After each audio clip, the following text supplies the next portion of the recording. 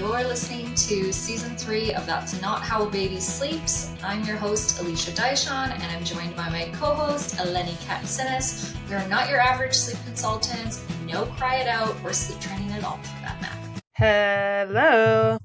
How are you? Good. How are you? Good. It's so nice to see you again. You as well. Different context. I know. How's Wilder doing? She's thriving in general, and then sleep is just like every time I'm like, okay, I'm going to do a follow-up. We have this issue, and then the issue just like goes away. And I'm like, okay, I don't have another issue. This is great.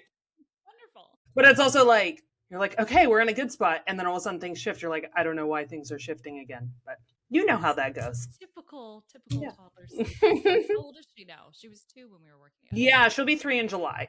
Okay. Yeah. All right. Wonderful. Yeah, so thanks for all your help. Of course. Yeah. Do you want to just start by telling us a little bit about yourself and just what led you to Yeah. My name is Sondra Fireling. I am the founder of Beyond Delegation. Beyond Delegation is my second business. So I had a business called Pursuit Concierge before that, and that was a personal assistance membership service. So most people don't, when they think of concierge, they think of a hotel concierge, right? So it's the person you turn to for all your wants and needs. So that's what we did for folks within their personal lives and their professional lives. We worked with over 100 households and small businesses, mostly in the Seattle area. And that business led to my current business because people would hire me, mostly parents, saying, I am overwhelmed. I'm drowning in tasks. I know I need to be delegating, so I'm hiring you to delegate. Great, let's get started. Okay, what can I delegate? And then that would turn into a lot of conversations around, okay, how do we identify what's on your plate that you can delegate? And then also, once you've started delegating, how do you actually repurpose the time that you're freeing up? Because the default mode for most of us is just go right back into that to-do list, keep working, keep hustling. And you're like, I've been delegating. I'm still as busy as ever. What gives? And so this business is really about educating people about not only how to delegate, because there's a massive gap on that. It's like if you do find anything, it's within corporate structures where there's very clear hierarchy. Everyone has defined roles, but there's very little about how to do it personally. So that's a gap I'm trying to fill. And then, like I said, once you've leveraged support in your life, what do you do with that newfound time? How do you feel better within your time? Yeah. Amazing. I love that. Yeah. Yes. All people need that. A lot of people think that this is specifically for parents. And although there is a very specific time crunch in being a parent, especially a parent of a tiny one or multiple tiny ones, which I haven't yet dived into that experience personally. One feels like a lot. We all remember feeling busy before we had kids. So we were like, it's just now we're extra busy. So how do we release some of that pressure? Yeah. Absolutely. Use the phrase time wealth quite a bit. Yeah. What does time wealth actually mean? It means having enough time to do what you want to do. So it doesn't have to be oodles of hours. It could be just 1 or 2 or 3 hours within your day that feel like they belong to you to tend to the matters that are important to you. And what's really interesting about the science of time wealth, time affluence, being time rich, they're all synonymous, is that the feeling of time wealth and satisfaction with your time, it's actually a pretty narrow window. Some people think they need to just have all of their time available to them. But what the research actually shows is if you have too much disposable time, you're actually less happy because you can be sitting there without purpose. So the sweet spot is around like 3 to 5 hours per day. 5 sounds like a lot and probably not attainable. Even 3 might feel impossible for some people. So just aiming for like 1 to 3 hours where that time really belongs to you can have massive impacts on your overall sense of well-being. Yeah. Of course. No, that makes sense. Why do so many parents feel like they never have enough time, even when they're like constantly doing things? Yeah, because they don't have time to do all the things. And I know we're going to talk about this more, but so one of the issues with our modern kind of like, I don't know, hustle culture is we're taught to like optimize, hustle, leverage, and then maybe you can get on top of everything. And that's an illusion. I used to have in my last business, people would be like, well, you're going to make my to-do list go away. No, that's not possible. You're always going to have more to do. The question is, what's living on your list that you're trying to cram in that might not need to exist at all? So let's start there and just remove things that don't actually need to happen. You're still going to have a very healthy to-do list that might not fit into the time allowed. And this is one of the beautiful things about the world is no matter how much clout you have, no matter how wealthy you are, we all get the same number of hours per day. But none of us know how many days we get. So we actually don't know how much time we have. We know how many hours are in a day, but we don't know how many days there are. So that can be perceived as grim or a really good excuse to stop wasting your time on things that don't matter to you and start focusing more on the things that do and not worrying about everything else, and just get on board with the idea that you can't do everything. You'll never be able to, even if you try to farm it all out. So true. Do you think parents are trying to do too much because they believe that's what good parenting looks like? Yeah. I mean, we all see the culture of baking everything from scratch. Yeah. I'm a pouch mom. I love pouches. Yeah. I don't need to make smoothies from scratch because she might not eat it and then it's going to go bad. So I'm a pouch mom. We all get, if I loved making smoothies and squeezing them into the little bottles and then cleaning those little bottles so that if that brought meaning to my life, great, I should do that. But I don't care about that. And I don't love the wastefulness of a pouch, but something's got to give, right? And that's just one example, right? There's so many things in our life. I think one of the things that I am really going to be watching within my own parenting is extracurriculars. I grew up with parents who really prioritized education. I always had to play a sport. I always had to play an instrument, and I always had to go to school. And I was more athletic than I was musically inclined. I am glad I got to learn how to play music at some point, but it was a requirement, and it was another thing my parents had to pay for. It was another thing that they had to schedule. And I think that that's one of the things that parents, especially in the United States, I'm going to assume it's pretty similar in Canada, that there's this pressure to just engage your kids when that's not really what they need. And then you're really just putting more pressure on yourself. And I used to find that a lot of parents that hired me in my last business would be like, oh, cool. So you could shuttle my kids to soccer practice. I'm like, no, I want you to if that's important that your kid plays sports, I want you to be able to be present for your kid. I'll take care of the errands that you would be using that time for, but let's figure out ways for you to be present with the people and the activities that are actually meaningful to you. And if you don't really care about soccer and your kid's not really that into it, take it off the list. Just remove it. Yeah. No, I'm the same way. I'm if my kids are not interested in something that we're doing, luckily most of the activities we've done haven't been let's pay for the entire year, because that would be, upsetting from a financial standpoint. But if my kids aren't loving something, I have no issues pulling them. Well, and even if you did pay, so I just had this with a swim class. Daughter's almost 3. She is very easily overstimulated. She has a couple friends in her swim class, but it's in a public pool with 3 other things happening. It is too much. It's just too much. And we don't love the changing situation where everyone is crowding the showers at the same time. And I went to cancel it, and they said that because we had already done the second class, we were no longer eligible. Okay, so we lost $100. We're not going to keep coming back. But one of the things, I could look at that and say, well, I spent $100. I should keep going out of just stubbornness that I paid for it. I don't want to waste it.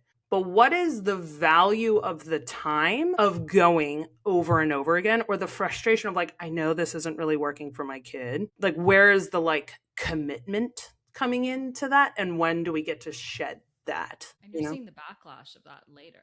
Yeah. Stuff too, from a behavioral standpoint. Totally. So we're overstimulated. It's not working for us.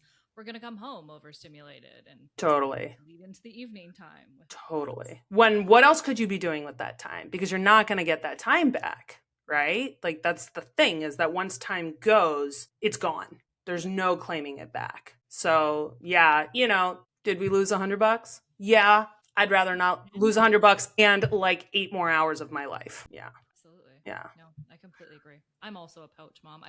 I wasn't as much a pouch mom with my firstborn. I feel like that happens a lot. I'm like, I'm going to make you all of these homemade things. I'm going to get the refillable pouches.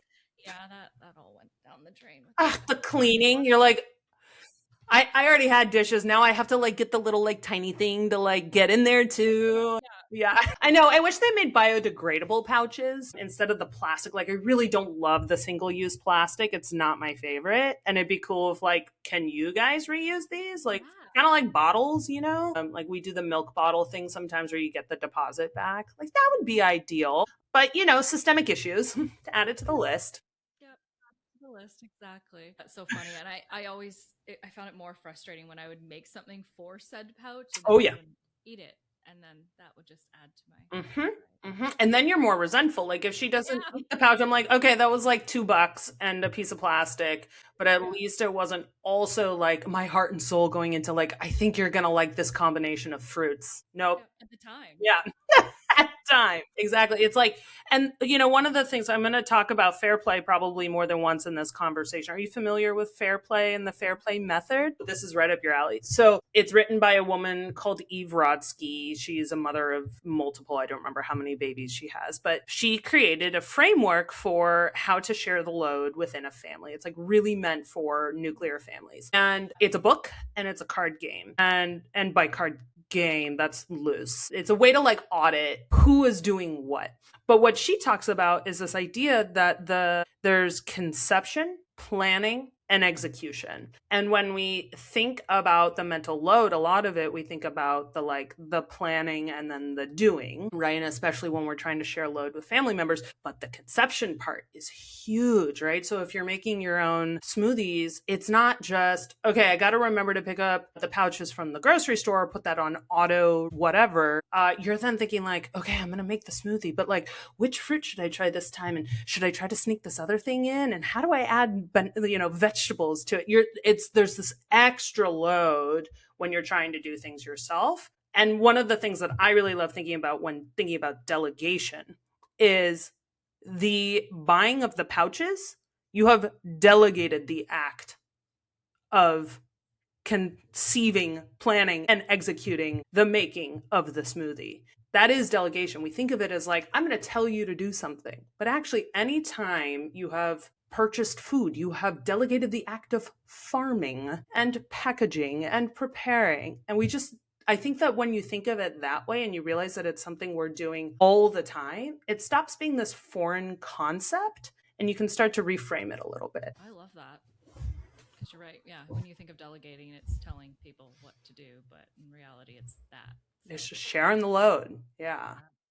Wonderful. So a lot of moms listening likely feel like they're carrying kind of that mental load of the household. How do you define the mental load? The mental load is what we were just talking about. It's the conceiving and the planning and the executing. So recognizing something needs to happen in the first place, then thinking about how it's going to happen, and then following through on that thing. And we are really good at this. And it's something that you're always going to have. You're never going to be able to reduce the mental load. There's just too much going on in life, right? Even if you had like a full-time personal assistant and a household manager and all of that, you're still going to be thinking about everything that needs to happen. Right. And it's really interesting the way that, even in the most well-meaning households, it does seem like one partner ends up kind of carrying more of at least the conception part. And I think where a sticking point and where delegation starts to come in is one partner becomes pretty reliant on the other partner to remember the thing, figure out what the plan is, and then, oh, honey, give me the list. Like that's where a lot of people get really frustrated. Proper delegation and really mindful delegation, which is a term that I trademarked, and we can talk more about that later. It's getting really clear on what the end goal is and getting on the same page, making sure everyone has the same idea of what finished means and good enough means. And if in just a hetero couple, mom and dad, let's say, if mom is over worrying about the diapers, put it all on dad. Not that it's time for him to order. No. That it's for him to notice when it's starting to get low and then what size is needed and make sure he orders it. And then when it arrives, unpack it and put it where it belongs. Right? So from the very beginning to the very end. And I think a lot of times the mental load stays on one parent of like they're thinking of what needs to happen and what would be needed for it to happen. And then they just hand off that very last part. And that's why it doesn't feel like it's the best use of their time to delegate, because they haven't really offloaded the bulk of the work. They've offloaded the easy part. So true. And parents will often get frustrated when they're delegating. It's not being done the way that I want it to be done. Totally. I've gone through that entire process of actually communicating step by step, like this is what needs to happen, and this is I'm offloading this to you. Yeah. And I do notice, and I have over the years, in my last, I did it for almost 10 years. And so I saw a lot of different ways that people delegated. And like I said, it was over 100 different folks that were sending things our way. And one of the most common patterns that I saw is that when people were delegating, they got really tangled up in the how to do something rather than what the main goal is, which is the what. And when someone is just aiming for the what, they can figure out their own how. And a lot of times I had an employee one time that I was training. She was like, you're really good at doing things the way you want them done. And I loved that she said that because it totally called me out on when I was giving her some criticism on how, or, critiques I would prefer to use on how to like do a task within our business. She had a different plan for how to get to the same end goal. And it's not really worth my time to try to get her to do things my way, because her way is probably just as good, especially if we have a clear understanding of what the end goal is. And there's a really good chance that she's going to have an even better way of doing it. And even if it's not better or more efficient or whatever, it doesn't really matter, so long as the thing gets done by the time we said it needed to be done. It reminds me of when I have like a parent who, like dad or a different partner, is trying to take over, like putting baby to sleep, get the baby to sleep. But then it's like, for example, if mom nurses to sleep, it's like, this is how I do it. And I do this and this and this. Obviously you can't nurse to sleep. I'm always very much like, just take a step back, trust the other attachment figure, and let them figure out a way to put the baby to sleep. 100%. And babies are so good at reminding us that like there is more than one way to reach the same end goal. Even when you helped us get rid of the yoga ball for my husband, my poor husband, we calculated, bounced on that yoga ball like 1 to 2 million times a year. I'm not even kidding. Like we did the general math on that. We're like, that is a terrifying number. I stopped bouncing on the ball because my baby didn't want it from me. She wanted it from him. And he would ask me like, well, what do you do? I was like, it literally does not matter what I do, because you're going to do something different. No, walk me through it. It doesn't matter. And even now that the ball is gone, right now, my baby wants me to read her to sleep. And she doesn't want that from dad this week. It changes all the time, but just between, we alternate 2 nights. I do 2 nights on bedtime. He does 2 nights on bedtime. And it's, oh my God, it's the most balanced it's ever been. It's amazing. But no, it's like, even from day to day, kid is like, that's not what I want from you. And it's really the same in the way that we move through the world with everyone else. We're just going to find different approaches that work for us. And then there's also like, when you are able to determine how you're going to get somewhere, you're going to find your own way in a way that just is, you're not talking about mental load. If you're just trying to follow instructions that this other person told you, you're going to get distracted by being like, did I do X, Y, Z? And you're going to lose sight of like where you're trying to get to. Right? And that's just losing brain units, which is one of my favorite expressions. Every day you're born, or, you wake up with brain units. You don't know how many you get that day. All you know is that like you're starting to run out. Right? And so I really like thinking about that of like, yeah, that's a waste of brain units. Like you're only going to get so many between now and the next snooze. So let's put them to work in the most like reasonable way. I love that. What are some invisible tasks that parents just don't realize are draining them? Yeah, I mean, I think like starting with anything that recurs, like anything that you're doing over and over and over again. I am not anti-robot at all. Like, I think robots are awesome, especially for handling the mundane. So setting up anything that like a bill pay type thing, I think is a really good idea. Or house cleaning, right? Like that to me is probably the first place most people should start. People think it's expensive, and it might be outside of your budget. If that's the case, there are probably some resources that are available. If I like to be really careful and make sure that we're not just paying for every time saving solution. So if a financial cost of house cleaning isn't an option, then I would pair house cleaning with a hangout. Invite your best bud over, get that social time with your friend, and then clean your house together, right? People really want to help each other. We just don't really know how. And so instead of thinking of like, house cleaning is one thing, social time is something different, how do we combine them? Now you got to just like maybe crank some tunes and dance with your pal and clean your house. Next time you'll do her house. You'll get a positive memory out of it. And then your friend gets to feel like they made a positive contribution to your life too, right? And it's really kind of vulnerable to share a messy house with a friend and invite someone into your mess. But if part of the pain that you're feeling in your experience as parenthood is loneliness, that's a really good way to tend to that feeling, is just inviting one or two people in and saying, come help me with this, right? Because I also think, part of the taxing mental load is trying to figure out where does fun fit in? Why does it feel like I don't have time for fun and socializing? And there's a longing for that. There's a longing for belonging. And so I think there's a really beautiful way to pair the things you don't really want to do, like go grocery shopping or go to the DMV, or like if you have something like that, just hit up a couple besties. Is anyone else putting this off? Like, is anyone else procrastinating? Let's go do it together. Let's hold each other accountable and let's hang out while we're doing it. I love that so much. I was just thinking, I'm like, oh, and there could be wine. There should be wine. Yes. No matter the hour.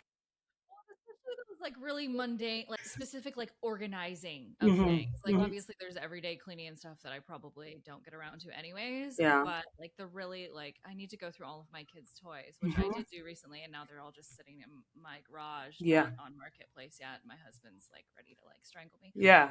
But things like that. Yeah. Yeah. And I would ask, does it have to go on Marketplace, or is that like one too many things and really you just need them out of your house? Yeah. Some of it, yes. Like I'm all for like let's get rid of it, let's donate. Yeah. But there's quite a few like love every wooden toys, like things like that. I'm like, I can't donate that. That needs to, but it's just more. But yeah, and then it comes into like, okay, how much are you actually gonna get for that? And then you gotta like field the inquiries, and then like, so in the end, like, you get paid for what you do. Your hourly rate. Like in the end, does that cash flow? Depends on what. Yeah, exactly. Right, exactly. So that's where you get to like maybe like, I also look at it as like, okay, I've been putting it off for this long. Every time, okay, that's a big one. Anytime you've been procrastinating something, that lives, an incomplete task lives as an open tab in your brain. So every time you don't do the thing, it is still draining you, whether you're conscious of it or not. And so if you've been putting that thing off, or if you look at that and you go like, there's just like ick, dread, get rid of it. Stop. Just like take the pressure off. And if you're like, well, I know I want to make money, like they'll retain their value. If you could just put it in the corner. Or how old's your oldest? She'll be 8 this year. Does she know how to use Facebook Marketplace? No. Not yet. Honestly, I think my husband hasn't been using Facebook. Yeah. We've kind of like, I'm like, let's just sit down and do that together. And we just haven't really gone around to it. And that's fine. Like, you don't have to do everything. I'm just like, when can we give it to the kid? When can we right? Yeah, because our children are underutilized. That's so big. Is like, okay, maybe she can't put it up on Facebook, but she can take really cute pictures. That's true. Yep. And you could be like, okay, honey, I want you to like, and it turns into an activity for her. Like, go like set up a whole photo shoot. I want you to take photos of all the things. And then, you can even put that in your little marketing remarks on Facebook of like, by the way, photo shoot was done by my 8-year-old. She really wants you to have it. She loved it when she was tiny. I don't know. How do you turn it into like, now it's like a family thing right? Because so many times we think that we have to try to get our task list at home done when our kids aren't around, when they're sleeping, whatever. And they're so eager to help. Like they want to so badly. And we look at them, we're like, oh, but it's so inefficient. Yeah. But is efficiency really the goal? Or is just like No. spending time together? Spending time together. Yeah. Yeah. So I like that, thinking of it as a way to spend time together and do things together, because a lot of times, like, I can't get these things done because I have the kids. Mhm. In reality, they could probably be involved in what we're trying to get done. Well, and it's wild because like we think about like when they're a little bit older and we're like, why don't they help clean around the house? Why don't they do the laundry? Why do I have to create a whole chore chart? Why do I have to put in this whole mental load of figuring out how to motivate my children to help around the house, when you realize I have told them not to help me at every twist and turn up until this point, and now I'm wondering why they don't want to participate. And so that's one of the things that I have on my website is 75 things to delegate and to whom. And there are two, and it covers like most of like general life, nothing professional really. I don't think there's much in there. It's like really like day-to-day things. And there's two columns of who. It's professional services that you could totally hire for that. And then people within your immediate sphere that you could call on. And children are sprinkled throughout because we really ought to be delegating to them more. And I think part of the reason adults don't delegate as much is because we don't have great models of what delegation looks like. We know about it again within the professional context, but we don't really see it modeled in our homes and in our friend communities. And so I think modeling that, having it be a value of your family. And a lot of my inspiration from this came from a book that I read. It has become my number one favorite parenting book, and I've read quite a few. It's called Hunt, Gather, Parent. Have you read it? I've heard of it. It's so good. And the first part of it talks about this Mayan community that just has their kids integrated into the functioning of everyday life. It starts with them putting their own shoes on, or really before that, like pretending to cook type of stuff. And you just see how when you get them involved in really like small, low stakes way at a really young age, it just builds and grows as their capabilities expand. So delegate to your babies. It's interesting because my oldest is so into cooking right now, and she's asking to like make dinner and stuff. And Yeah. I'm like, but really, I should be embracing that and just letting her cook the dinner. It would be fine. She'd probably eat it and not complain about whatever I made. Yeah. Yeah. I mean, I find my kid doesn't actually eat what she helps make anymore, but she's at least taken care of, and she loves to mix. She loves to mix for about 10 seconds at a time.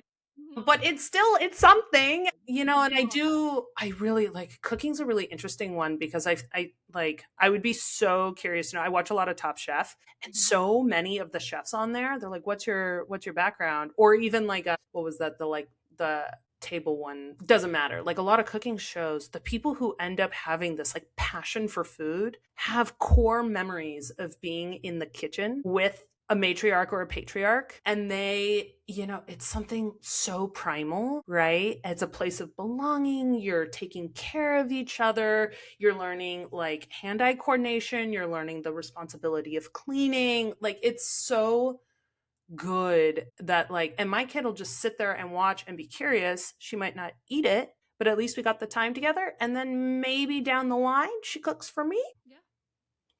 I feel like it's a good thing. I'm really fortunate. My husband was a chef for 16 years, and I've worked in restaurants for years as well. And I started in kitchens. So we both, like from the cooking, we both alternate. Like, it's a very, awesome. Very good family balance with that. And I'm always telling people, I'm like, please, if I have any advice, I'm like, marry somebody that can cook. Yeah. Can they also be a massage therapist? Because that's my dream is like, can you be a chef and a massage therapist? Yeah, yes. Yeah. Good qualities to have.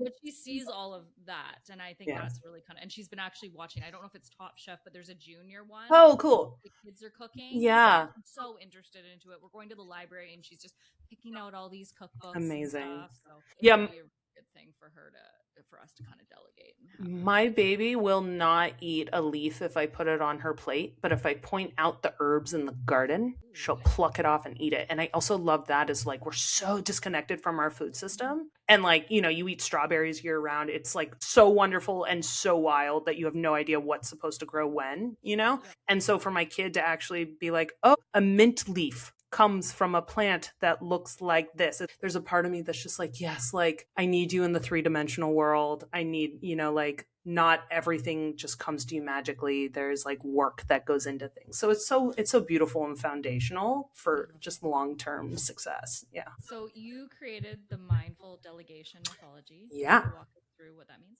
Yeah. So I ran into a lot of things at Pursuit Concierge where people would send things our way. The way that they would communicate about it would be nutty at times. And then there would also be, more than people being like rude and demanding, they would feel really bad that I had to do this thing for them, that they weren't able to do it themselves. And so mindful delegation was really developed as a way for people to feel really clear about what they're delegating, why it's important to them to delegate, and how to communicate about it in a really effective way so that everyone knew what needed to happen, that how was really clearly defined, and more than anything, that the request was using consent-based communication. I think a lot of times people think about delegation as like, you have to be some like bossy person. It's like a power move, right? But mindful delegation, it really prioritizes consent in the sense of, I want to make sure that the person that I'm asking is in a good spot to help me out so that I don't have to feel like a burden when I'm asking. I create the space for that person to say, no, I cannot help you, right? And it is the responsibility of the person being asked to do that. That's the other side of the dynamic. People tend to overcommit, right? So you like creating the space for them to feel really comfortable saying no is important. And that's part of it. So mindful delegation starts with kind of a purging of everything that's on your list, going through and crossing off everything that doesn't actually need to happen, and then marking what can only be done by you, whether that's because it's a labor of love or it requires your specific expertise, or it's something that just sounds really meaningful and purposeful for you. There's a lot of reasons why something must be done by you. We cannot delegate exercising, unfortunately. Maybe eventually.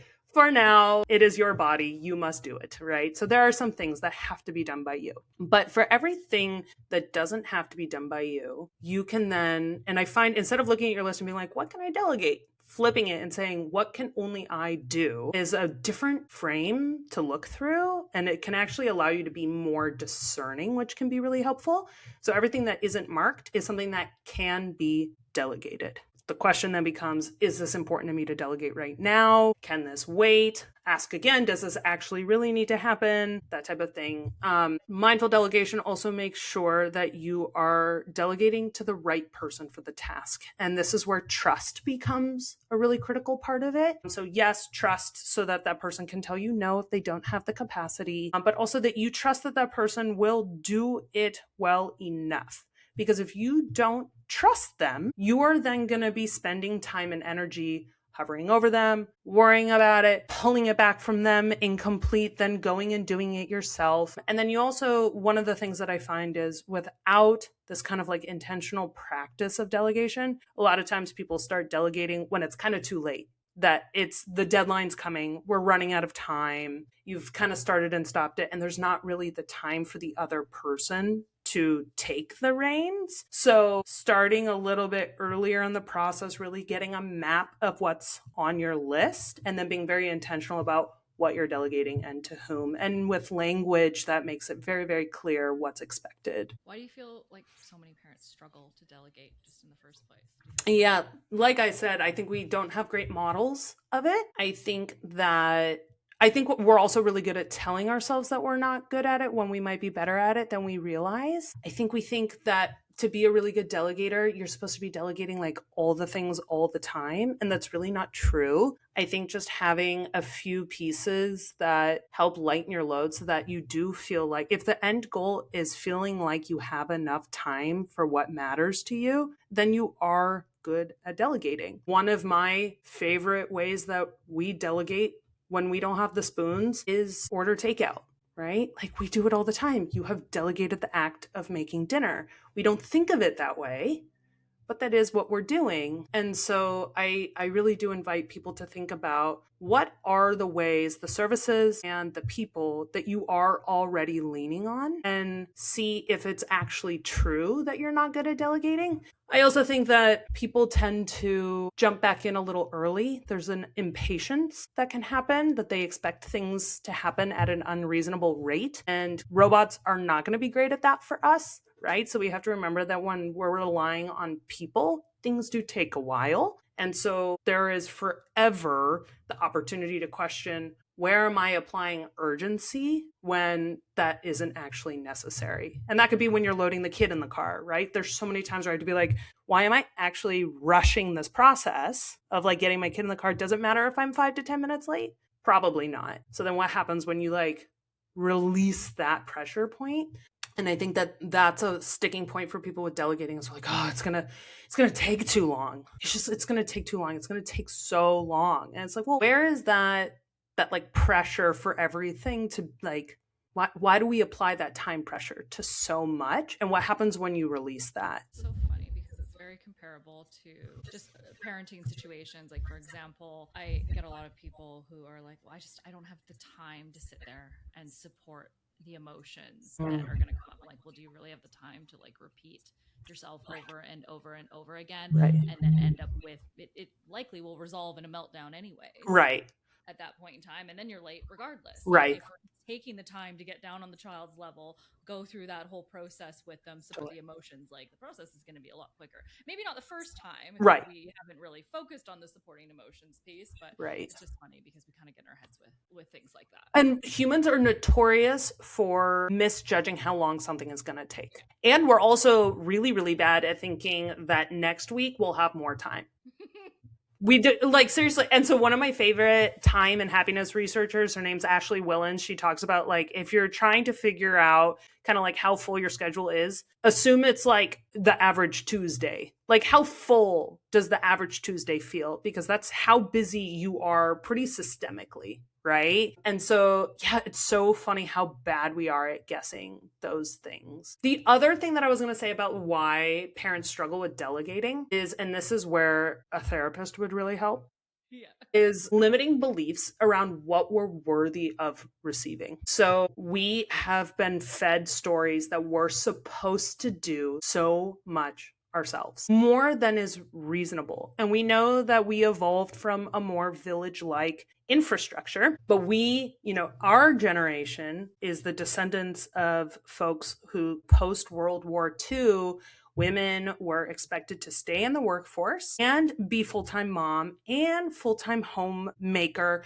It was like the mother, the woman, she comes last. Everything else goes before her. And there's still a remnant of the like, we idolize the martyr mother, right? But like, is that actually what we want for our mom? Is that what we want for ourselves? But we've internalized that message and see it as some kind of sign of weakness that we can't do the unsustainable load, right? And what's so interesting to me about that is that when we hear about someone who's a really good delegator or like has been able to leverage the support of their community or whatever, we go, wow, that person is a badass. So we think that about other people, but then when we apply it to ourselves, there's like, but that couldn't be me. There would be something wrong with me. And it's just because we've internalized like unreasonable expectations. And so that's why I say like work with a therapist on that if you're really feeling like you're not worthy of receiving support. But I also, one thing that I like to propose for folks when it comes to hiring a third party service is, what if instead of seeing it as like I was talking to a friend, she worked out a deal with a roommate who is training to be a chef. And so instead of paying rent, that person is providing meals for them. That is a huge amount of 3 meals a day, all 7 days per week. That is so much time and effort and energy. And she's like, well, but it's a form of artistry, like I'm really happy to support this person as they develop their craft. And then she was talking about how she and her partner fight over who cleans. I was like, well, hire a house cleaner. No, no, no, that's too bougie. But you have a chef. Chef, 7 days a week, 2 meals a day. What's the difference? And so we talked about it for a while, and it was interesting the way that we have perceptions of different industries. And I shared the reframe of like, when you hire a cleaner, you're supporting a small business. You're actually like, economic justice is social justice. And so one of the ways that, and a lot of times house cleaners are women. And so if you want to support a woman in business and give her opportunities to thrive in our society, this is a really great way to do that. And you get to feel really good about supporting a small business owner who is in charge of her own time and really cares for her craft. And so it's just really interesting. I think that is at the like base of most people struggling with delegation, is some relationship to feeling like they're asking too much. They're not worthy of receiving support. They are exploiting people. And so that's where, again, the mindful delegation comes in, is when you're being really thoughtful about how you distribute the load, you couldn't possibly be exploiting someone. And then it becomes collaborative. What would you say to parents who say it's just easier if I do it myself? The number one thing I would say is, what is the opportunity cost of doing it yourself? Because every time you do that thing, you're not doing everything else that could come in that same time slot.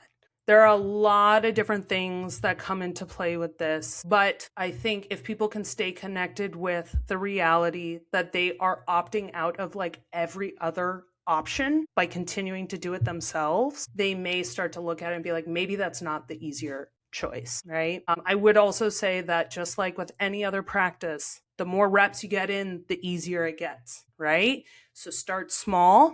If you're like, okay, I want to start delegating, but it feels huge, start with something tiny. Start by teaching your kid how to do the laundry or whatever it may be. Get that house cleaner. They usually know exactly what they're doing. They're going to ask you the questions. You just answer them, right? And then you let them take that off your plate. But just start, once you start getting used to it, once you start seeing that, oh, it's okay for me to do this. Okay, that actually was really helpful. I see the value of sharing the load. You'll get more and more comfortable with it, and then you'll start to find more opportunities to do it. How do families identify things that they're doing out of pressure instead of true value? I think that people know what is actually important to them if they take a moment to stop and think about it.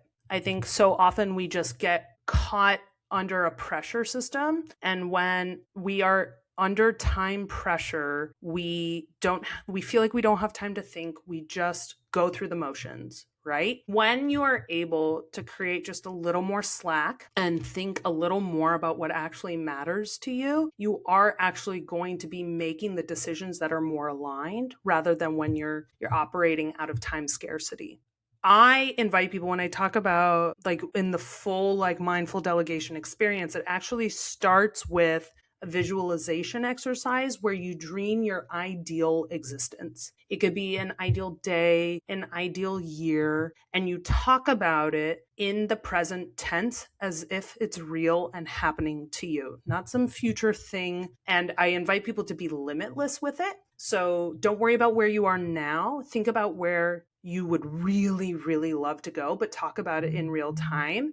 And I think I've never actually done it this way, but I've been thinking about it. I've led a lot of people to talk about it for themselves, but I would love, I was thinking about this the other day. I would love to do this with my family, especially as Wilder has more capacity for talking for herself, of like, what if instead of my dream and what I want, there's the family ideal visualization?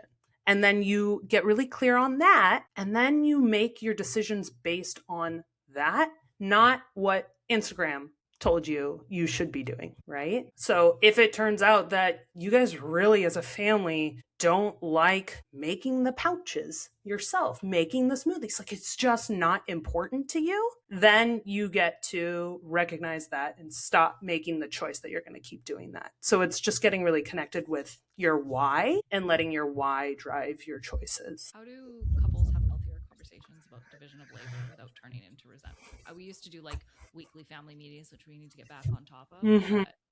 But feel like that's a good way to kind of go about things, having a designated day where you're having those conversations. Totally. Yeah, I think if I were, I think that's one method, but fundamentally the best way to do it is just make sure everyone is on board. So I think where a lot of the resentment comes from is you don't have both partners on board with trying to share the load. And bless women feeling like they can do the emotional labor of those around them. It's not possible. We've been kind of trained into thinking that if we just do XYZ, we might be able to make ABC happen over there. But I think what matters most is that all people that are involved in the daily workings of life are committed to being a part of that. And if one of those partners is not showing buy-in, there's really not a lot you can do. And so then I would invite that parent who feels like they're kind of alone in it to really just take care of themselves and protect their own time and their own energy and their own attention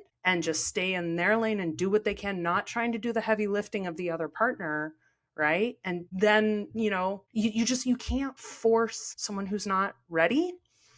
And that's where I think what I wish, unfortunately, I know like the subtext of all of this is like, how do we get men to be more proactive in the workings of daily life? And I really believe women are doing a good job at trying to invite men, but it's gotta be dudes talking with dudes. Like, I think men need to start having this conversation amongst themselves about how do they contribute to the daily workings of everyday life outside of being an income earner, because we now know that not only do women contribute significantly financially, but women who are equal or higher earners than their husbands actually end up doing more housework. The evidence is there. And so, yes, I also, within that, have a message to the women of like, where are you internalizing feeling responsible for the workings of your household? And how do we get ourselves off the hook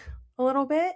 It's so easy to fall into those social expectations. So how do we remind ourselves that we don't have to be the primary default homemaker and have that constructive conversation with our partners and just saying like, I'm starting to feel at capacity, and recognizing that week to week, it might look a little different. Right? Yeah. I think Brene Brown talks a lot about that, about how she and her husband check in with each other. And she'll be like, I'm like an 80. Like, yeah. Percentages. Yeah. Exactly. I'm like an 80. And then like another week, she's like, I'm like a 40, And then it's up to both partners to be like, yeah, I'm here. I'll pick up the slack. Right.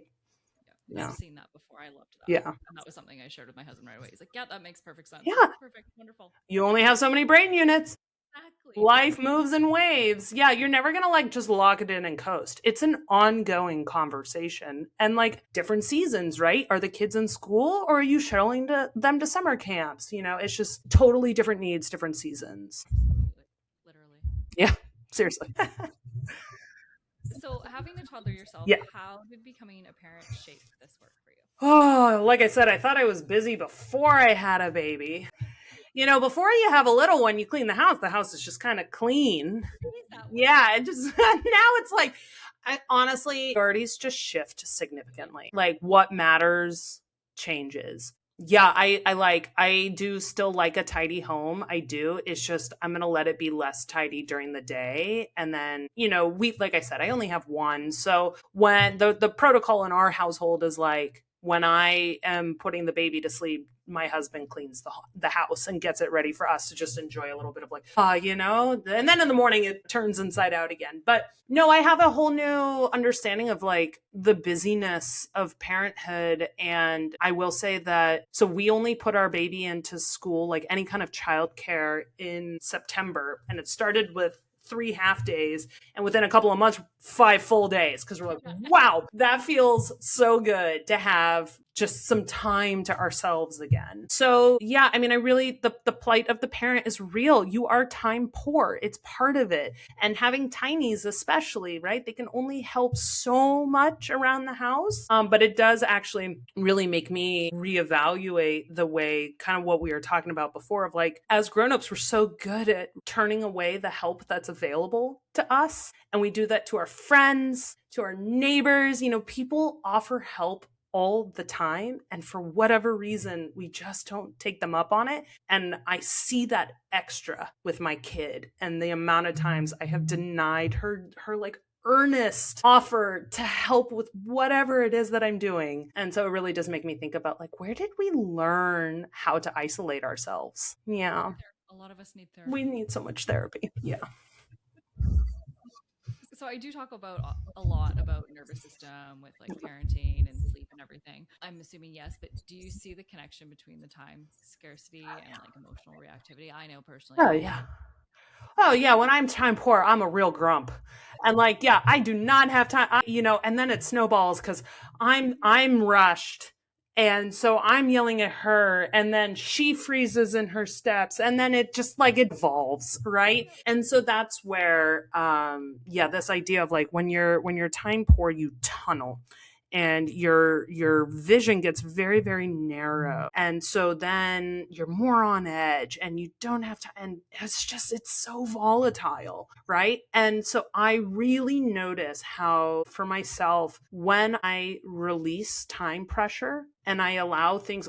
Man, when I was pregnant, my baby was born at 42 weeks. And so I had, for those last like few weeks where there were a lot of voices being like, you need to have this baby or your birth plan is going to change. My mantra at the time was, it takes as long as it takes. And I used that through labor, which turned out to be 27 hours. It takes as long as it takes. And then I used that again when my baby wouldn't fall asleep. It takes as long as it takes. And now I do it when I'm watching my kid struggle to put her shoes on and pull up her pants over her diaper. It takes as long as it takes.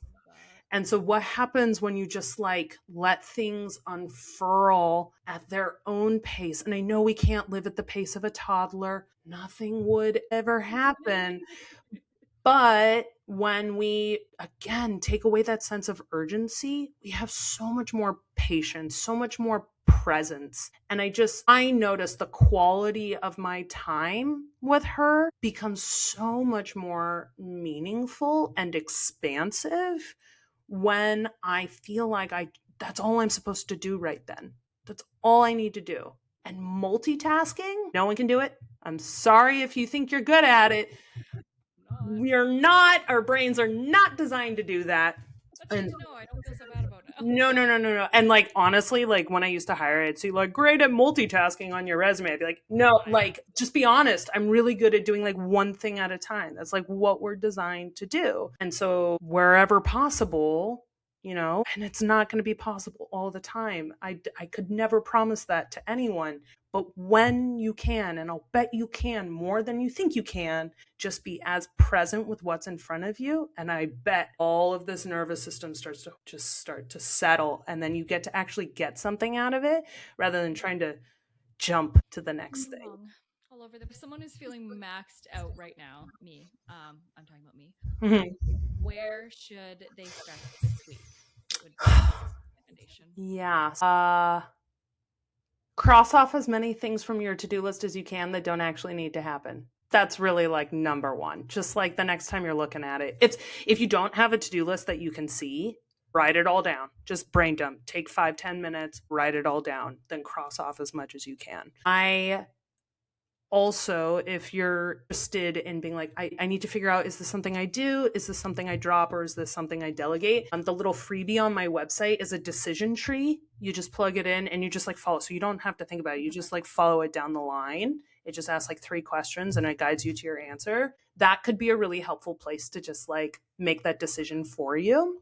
Okay, I'm going to grab the link for that from you and I'll put it in the show. Yeah, that'd be awesome. The other thing that I have on my website that I think could be a really good starting point for folks is I created these community show up sheets that are for different It could be for new baby, general life support, grief, moving. There's like different life events that it's relevant for. It has an area to capture who in your life could help you with these things. And then it has space for them to fill out how they can help you. So if you're feeling maxed and you don't know where the pressure release valve is because you don't know who is in your life to help you, I have found that show up sheet, one of the things that I have found, and I found this in my last business, is when people know where the support is, even if they don't leverage it, it creates this instant relief because it's when you feel alone. Like if it's not you, it couldn't possibly happen type of thing. So knowing where the support exists in your life could be all you need to start to relax a little bit. And then you get to decide, when am I ready to start actually leveraging that support? But I think it's the isolation, the loneliness that exacerbates that feeling of like there's just too much to hold. Yeah, so I have an Instagram. It is the one and only social media channel I am currently nurturing, and it's Beyond Delegation. And then I also have a website, which is Beyond Delegation.com. Those would be the best places to find me. And I would love for people to reach out because right now I feel like I'm shouting into the void. This is a brand new business. It's something I've been meaning to do for like 10 or 15 years, but I only launched it a month ago. And so right now, most of the people that know about it are my friends. So, a friend of mine sent it to her sister in South Africa. And it was the first person I had never met that reached out to me to tell me that she was like looking. I was like, we've gone worldwide already and we're only a couple days old. So, to me right now, to know, like, even if people are like, I just want to say hi, I heard, it would mean so much to me to know that, like, because when you're talking on the internet, I'm sure like when you're talking on the internet, you're like, who am I even talking to? Who's out there? Hello, is this thing on? So that would be awesome for folks to just say hi. Yeah. So if parents remember one thing from today's conversation, what would you want it to be? Time is passing. No matter what, you get to choose how you use it. And if the only thing that really matters to you is being present with your littles, let that be the only thing you do today. And don't tell yourself that wasn't enough. Because our kiddos do not care about all the other stuff that's happening. All they want is our direct, undivided attention. And your friends too. And your partner too. And you know what? I'll bet even like yourself. Like, how often do we just give ourselves undivided attention, right? And so that would be the number one thing. Like, you get to make that choice every single day. Of course, there are obligations that need to happen, but within that, there are pockets of time that you can use to just be fully, fully present. And so I just encourage folks to take those moments and see how it feels. Wonderful. Well, thank you so much for chatting with me today. Thanks for having me. This was fun. Thanks for joining us. Don't forget to connect with us beyond the podcast. You can find me on all social media platforms at moonbay.sleep. And for more sleepy goodness, you can head over to Instagram and follow Eleni at Rooted in Sleep. Until next week, keep embracing the chaos.